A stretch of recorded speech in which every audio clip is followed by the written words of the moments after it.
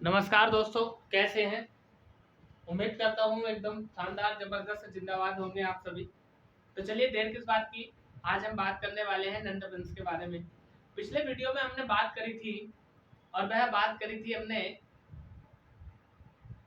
शिशुनाग वंश के बारे में। अब यदि हम बात करें शिशुनाग वंश की, तो शिशुनाग वंश में जो शिशुनाग था उसने हर्यक वंश के अंतिम शासक नाग दशक की हत्या करके नाग वंश की स्थापना की थी। और नाग वंश का जो शासक था कालाशोक, शिशुनाग का पुत्र, उस कालाशोक की हत्या कर दी थी किसने? कालाशोक की हत्या जो की थी वो की थी अग्रसेन ने। और अग्रसेन का ही नाम क्या मिलता है? महापद्म नंद मिलता है। और इस अग्रसेन ने नाग वंश की समाप्ति कर करके मगध की गद्दी पर नए राजवंश नंद वंश की स्थापना की थी। यदि हम बात करें यहाँ से, तो एक प्रश्न ये भी पूछा जाता है कि शिशुनाग वंश का अंतिम शासक कौन था? तो अंतिम शासक था नंदीवर्धन। अब बात करते हैं कि नंद वंश जो था, यह नंद वंश कब से कब तक चला? तो 344 ईसा पूर्व से 322 ईसा पूर्व तक नंद वंश ने मगध की गद्दी पर शासन किया। और यदि हम बात करें इसके शासकों के क्रम की, तो पहला शासक का नाम मिलता है महापद्म नंद, जिसका दूसरा नाम था अग्रसेन। और अंतिम शासक की यदि हम बात करें तो उसका नाम मिलता है धनानंद। बाकी बीच के शासकों के बारे में इतिहास में कोई जानकारी भली भांति तरीके से हमें प्राप्त नहीं होती है। तो हम बात कर रहे हैं नंद वंश के शासकों का क्रम। शासकों का क्रम, शासकों के क्रम की यदि हम बात करें तो महापद्म नंद और बीच में अज्ञात है और धनानंद। और ये कौन है? धनानंद अंतिम शासक है। अब यहां से यदि हम बात करें तो प्रश्न ये बनेगा कि भैया नंद वंश की स्थापना किसने की? तो लिख रहे हैं वंश की स्थापना। नंद वंश की स्थापना जो की थी वह महापद्म नंद ने की थी। और ये कौन हो गया? ये हो गया संस्थापक। आपसे प्रश्न करेगा कि नंद वंश का संस्थापक किसे कहा जाता है? महापद्म नंद को। और इतिहासकार कार्टियस ने बताया कि जो अग्रसेन था वो ही महापद्म नंद था। तो इस बात को भी लिख देते हैं। इतिहासकार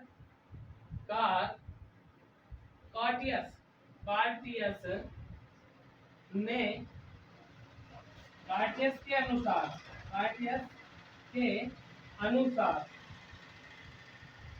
अग्रसेन ही महापद्म नंद था। अब यदि हम बात करें महापद्म नंद की या बात करें अग्रसेन की, तो हम कुल मिलाकर के एक ही बात करेंगे कि अग्रसेन और महापद्म नंद दोनों एक ही आदमी है। अब कई इतिहासकारों ने यह बताया कि जो महापद्म नंद था उसकी एक उपाधि थी और उस उपाधि का नाम था क्या? अग्रसेन। अग्रसेन क्या हुई है? अग्रसेन के बारे में भी हम थोड़ी चर्चा कर लेते हैं। सबसे पहले हम बात कर लेते हैं महापद्म नंद की। महापद्म नंद, पहला प्रश्न महापद्म नंद के बारे में कि नंद वंश का संस्थापक। दूसरा हम बात कर लेते हैं इसकी उपाधियों के बारे में कि इसकी उपाधियां क्या क्या थी। उपाधियां, पहली उपाधि अग्रसेन। अग्रसेन का मतलब क्या था? अनगिनत सेना का स्वामी। अर्थात इसके आगे लिख देते हैं हम अनगिनत, मतलब जिसकी गिनती ना हो उसको अनगिनत कहेंगे। अनगिनत सेना का स्वामी। स्वामी का मतलब क्या है? स्वामी का मतलब होता है मालिक। अनगिनत सेना का स्वामी कह सकते हैं, इसलिए इसे कहा गया अग्रसेन। इसलिए क्या कहा गया? अग्रसेन। ये कह सकते हैं भयानक सेना का स्वामी। और यदि हम बात करें अग्रसेन की, तो अग्रसेन अनगिनत सेना का स्वामी होने के साथ साथ खुद भी एक सैनिक था। तो लिख देंगे हम ये बात भी, स्वयं भी एक सैनिक था। कौन था सैनिक? अग्रसेन। जो अग्रसेन है यानी महापद्म नंद, ये स्वयं भी एक सैनिक था। अब दूसरी उपाधि की यदि हम बात करें तो दूसरी उपाधि को समझने से पहले ये समझ लीजिए कि अनगिनत सेना का स्वामी होने का मतलब क्या था। इसके पास बहुत ज्यादा सेना थी। 2 लाख की सेना तो पैदल की थी और 10,000 घुड़सवार थे और 2,000 रथ सेना थी। ठीक है ना। बात कर रहे हैं हम पैदल सेना। पैदल सेना पैदल सेना थी 2 लाख। और हम बात करें घुड़सवार की तो घुड़सवार थे 10,000। और बात करें रथ सवार की तो रथ सवार जो थे वो 2,000 थे। मतलब इतनी बड़ी विशाल सेना का स्वामी अग्रसेन, अनगिनत सेना का स्वामी कौन था? महापद्म नंद था। अगली उपाधि की यदि हम बात करें तो पहले इसका स्क्रीनशॉट ले लीजिए, आगे बात करते हैं।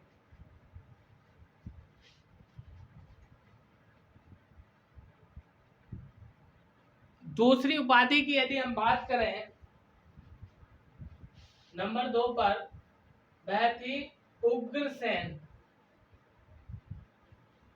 देखिए पहले वाली थी अग्रसेन, अनगिनत सेना का स्वामी, और यह उग्र। उग्रसेन का मतलब है तेज गुस्से वाला। तेज गुस्से वाला।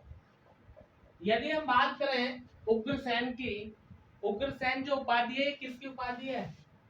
किसकी उपाधि है बताओ? मैंने अभी बताया ये उपाधि है महापद्म नंद की। महापद्म नंद की उपाधि है। और महापद्म नंद की यदि हम बात करें तो ऐसा बताया जाता है कि यह एक शूद्र शासक था। यह एक शूद्र शासक था। यह कह सकते हैं शूद्र दासी, शूद्र दासी, या ऐसे मिलता वैश्या, वैश्य का पुत्र था।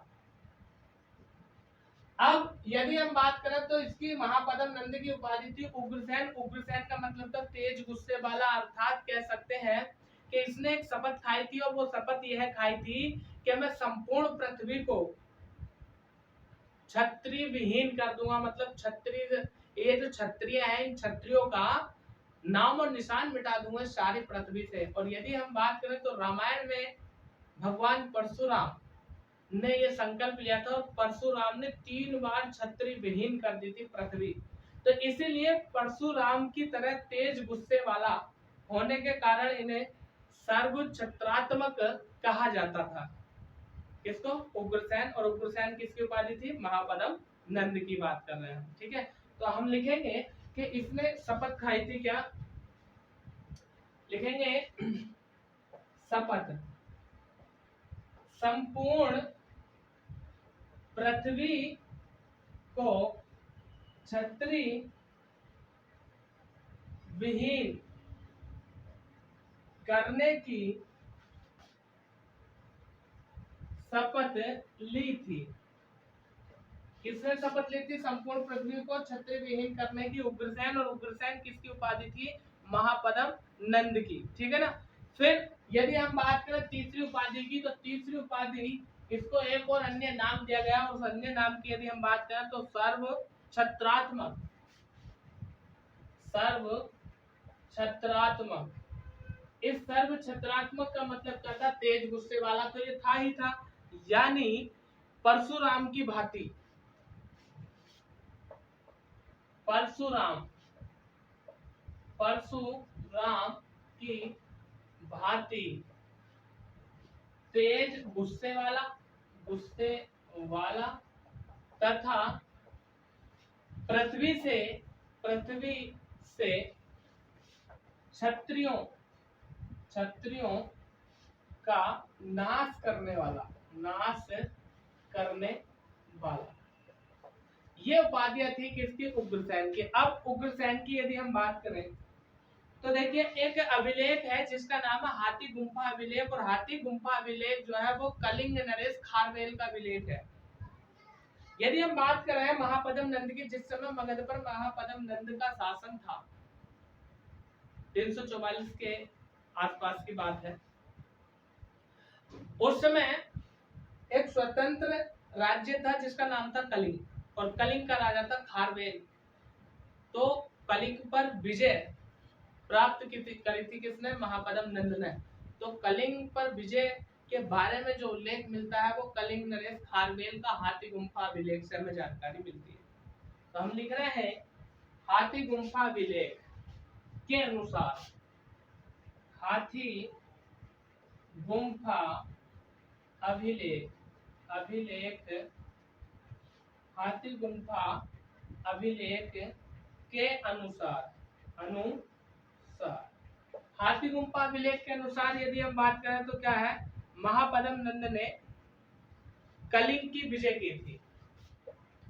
महापद्म नंद ने कलिंग की विजय की थी। अब यदि हम बात करें कलिंग की, तो कलिंग अपने में स्वतंत्र और शक्तिशाली राज्य था। कलिंग स्वतंत्र व शक्तिशाली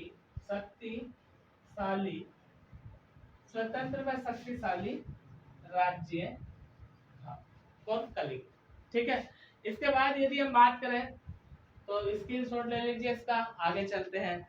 और मैं वही कहूंगा कि यदि अभी तक आपने चैनल को सब्सक्राइब नहीं किया है तो एक बार चैनल को सब्सक्राइब कर दीजिए और साथ में बेल आइकन का बटन भी दबा दीजिए। लाइक करो या मत करो, आप तो डिसलाइक कर दो, मुझे कोई फर्क नहीं पड़ता, लेकिन आप एक बार सब्सक्राइब जरूर कर दीजिए। ठीक है, ये मेरी आपसे रिक्वेस्ट है कि एक बार सब्सक्राइब कर दो और साथ में बेल आइकन के बटन को भी दबा दो। और आपके फोन में जितने भी ग्रुप हैं, चाहे वो व्हाट्सएप ग्रुप हो, फेसबुक हो, सब पर वीडियो को बाद में शेयर कर देना प्लीज।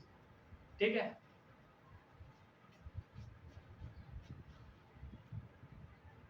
अब यदि हम बात करें, जैसे कि अभी हमने जाना हाथी गुम्फा अभिलेख की, तो हाथी गुम्फा अभिलेख जो है वह कलिंग नरेश खारवेल का अभिलेख है। लिख लीजिए इस बात को कि हाथी गुम्फा अभिलेख कलिंग नरेश खारवेल का अभिलेख है। अब हम बात करते हैं कि जो महापद्म नंद है, इस महापद्म नंद का एक पुत्र था जिसका नाम था धनानंद। धनानंद के बारे में क्या क्या महत्वपूर्ण प्रश्न हमारे लिए बनते हैं, इन पर हम चर्चा कर लेते हैं। तो धनानंद, हेडिंग डाल दीजिए आप लोग, धनानंद।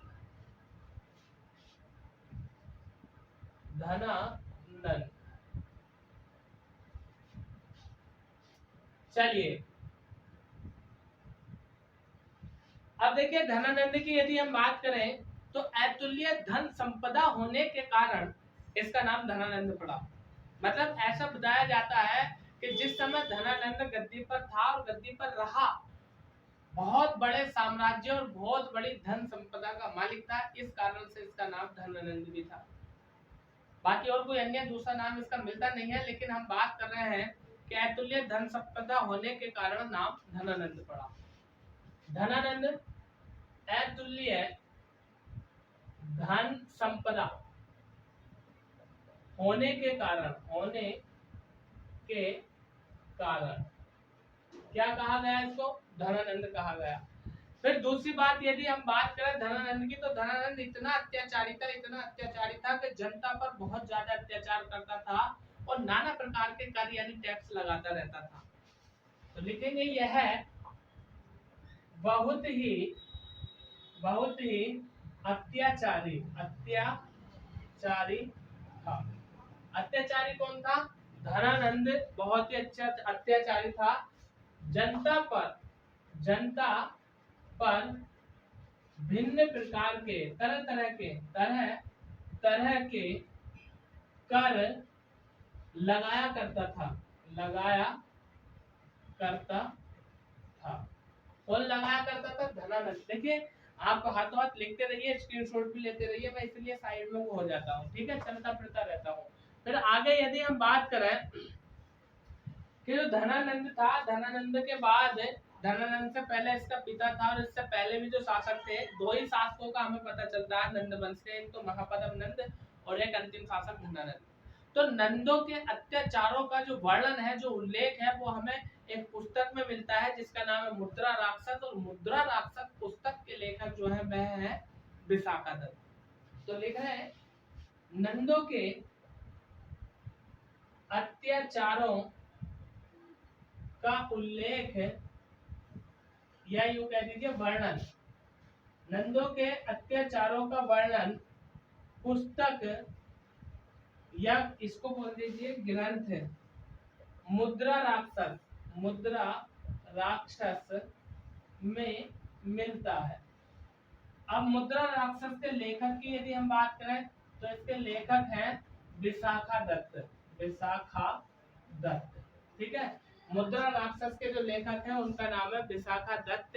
अब यदि हम बात करें तो प्रश्न ये भी बनता है कि मुद्रा राक्षस की रचना कब हुई, तो इसकी जो रचना हुई यानी जो लिखा गया था ये गुप्त काल में इसकी रचना हुई थी, किसकी, मुद्रा राक्षस की। फिर हम बात करते हैं क्या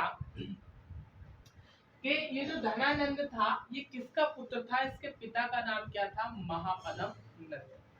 ऐसा मिलता है, ठीक है ना, ऐसा मिलता है, माना जाता है क्या, यानी पिता, इसका जो पिता था धनानंद का वह था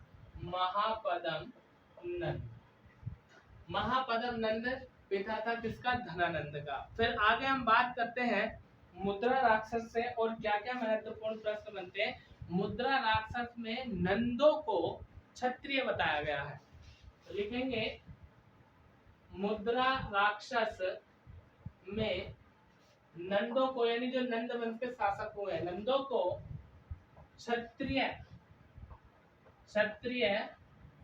बताया गया है, नंदों को क्षत्रिय बताया गया है। फिर यदि हम बात करें तो ऐसा भी प्रश्न बनता है कि भारत का प्रथम जासूसी ग्रंथ कौन सा है, तो भारत का प्रथम जासूसी ग्रंथ जो है वह है मुद्रा राक्षस। ठीक है, तो एक प्रश्न हमारा यहाँ से ये भी बनता है कि यह भारत का प्रथम जासूसी ग्रंथ माना जाता क्या है, यानी भारत का प्रथम जासूसी ग्रंथ जो है वह मुद्रा राक्षस है। स्क्रीनशॉट प्लस का जल्दी आगे चलते हैं। फिर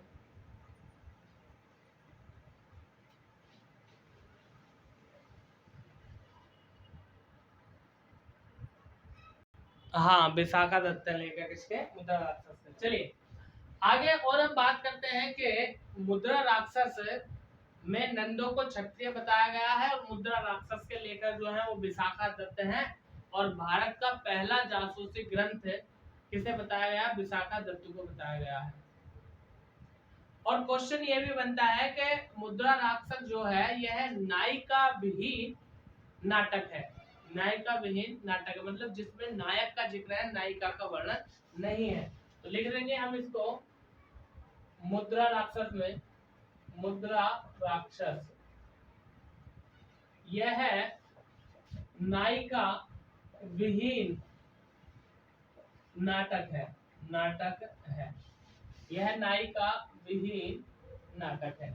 फिर यदि हम बात करें यहाँ से तो मुद्रा राक्षस में चंद्रगुप्त मौर्य के लिए एक शब्द मिलता है जिसका मतलब जो है वह बिरसल, यानी चंद्रगुप्त मौर्य को मुद्रा राक्षस में बिरसल कहा गया है। ठीक है ना, देखेंगे इसमें चंद्रगुप्त मौर्य को बिरसल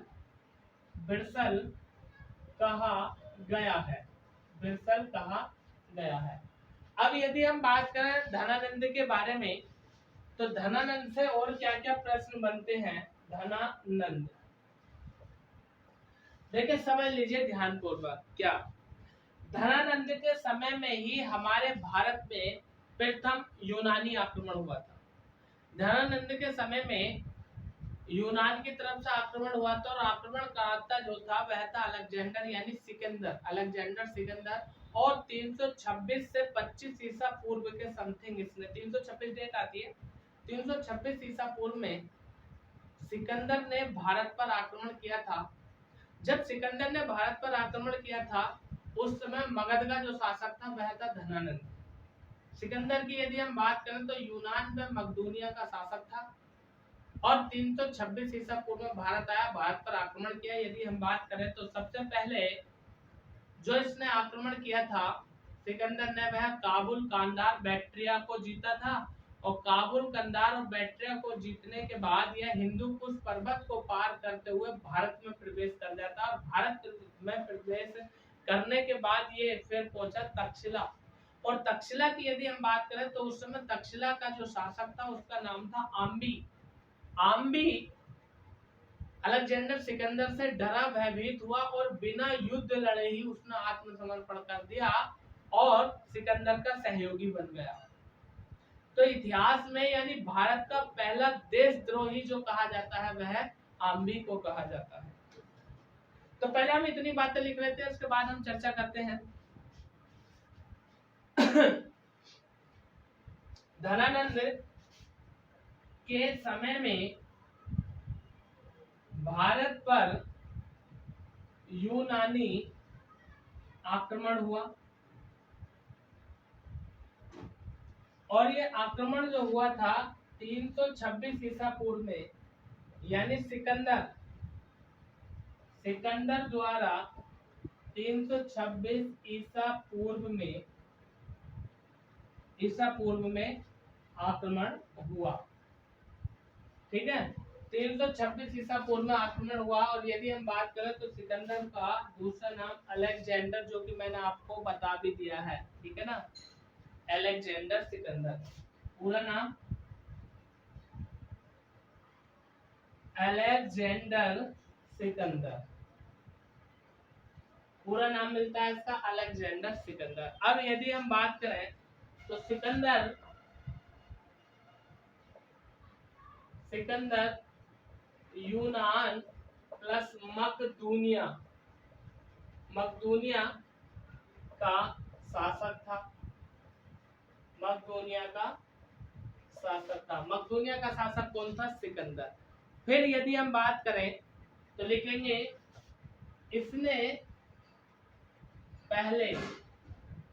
इसने पहले काबुल, कांधार, बैक्ट्रिया को जीता। काबुल, कांधार, बैक्ट्रिया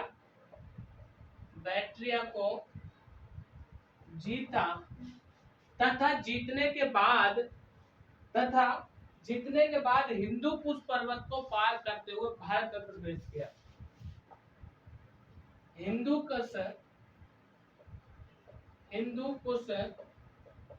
पर्वत को पार कर भारत में प्रवेश किया। फिर यह तक्षशिला पहुंचा। और भैया उस समय तक्षशिला का जो राजा था, उस राजा का यानी शासक का नाम क्या था?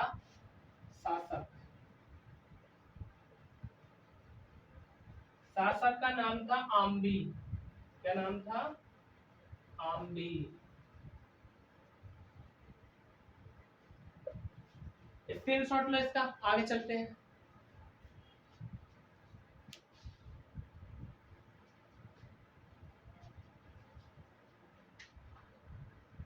फिर आगे यदि हम बात करें तो लिखेंगे आम्बी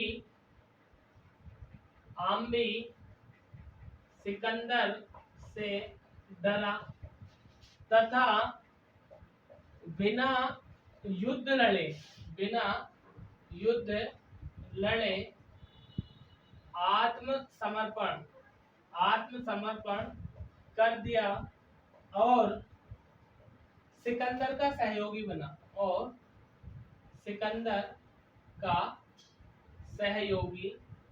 बना। ठीक है, अब देखिए कुछ बातें मैं आपको बता रहा हूँ, लिखूंगा नहीं, आपको बता रहा हूँ, आप स्वयं लिख लीजिए, ध्यान पूर्वक सुनिए। क्या के तक्षशिला का राजा था आम्बी। आम्बी जो है सिकंदर से भयभीत हुआ, डर गया, बिना युद्ध लड़े ही सिकंदर का सहयोगी बन गया, आत्मसमर्पण कर दिया। अब जो बातें आपने लिखनी है नोट करके लिख लीजिए, मैं बता रहा हूँ, सभी को लिखूंगा नहीं तो बहुत लंबा हो जाएगा। ठीक, इधर झेलम और चिनाब नदी के बीच में एक राज्य था जिसका नाम था पुरु, और पुरु राज्य का राजा था पोरस। ठीक है, तो कहने का मतलब यह है जो आम्बी था ये पोरस का विरोधी था, या कहते हैं विरोधी। आम्बी और पोरस एक दूसरे के विरोधी थे। आम्बी पोरस का विरोधी था, तो इसने साथ दिया आम्बी ने सिकंदर का, और 326 ईसा पूर्व में सिकंदर जो है वो पुरु राज्य है यानी पोरस पर आक्रमण करने के लिए चलता है। अब एक थी झेलम नदी और एक थी चिनाब नदी, इन दोनों नदियों के बीच में जो राज्य था उसका नाम था पुरु, और वहां का राजा था पोरस। कहने का मतलब यह है कि जो झेलम नदी है उसका पुराना नाम मिलता है बितस्ता। इस नदी के किनारे सिकंदर और पोरस के बीच जो युद्ध हुआ, बड़ी महानता से लड़ा सिकंदर।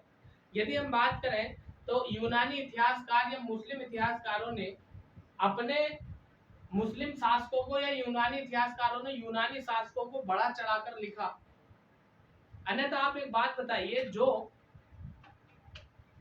जो विश्व विजेता हो वह छोटे से राजा से हार जाएगा? या हम बात करते हैं कि सिकंदर पूरे विश्व को विजित करने के लिए निकला था, जब पोरस उसके सामने आया तो पोरस इतनी बहादुरी से लड़ा, ऐसा खुद यूनानी इतिहासकारों ने बताया कि बाद में उसकी बहादुरी को देख करके सिकंदर ने उससे संधि की और उसका लूटा हुआ राज्य वापस लौटा दिया।